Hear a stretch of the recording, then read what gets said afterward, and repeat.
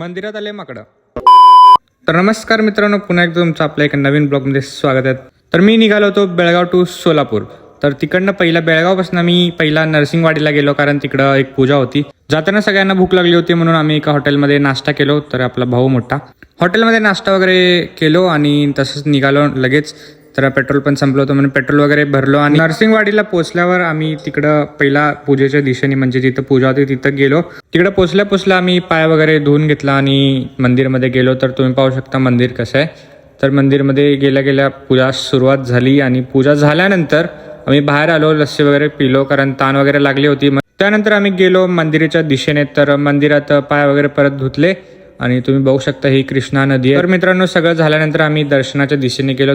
दर्शन वगैरे मस्त झाल्यानंतर आम्ही प्रदक्षिणा काढायला निघालो होतो. तर तुम्ही पाहू शकता.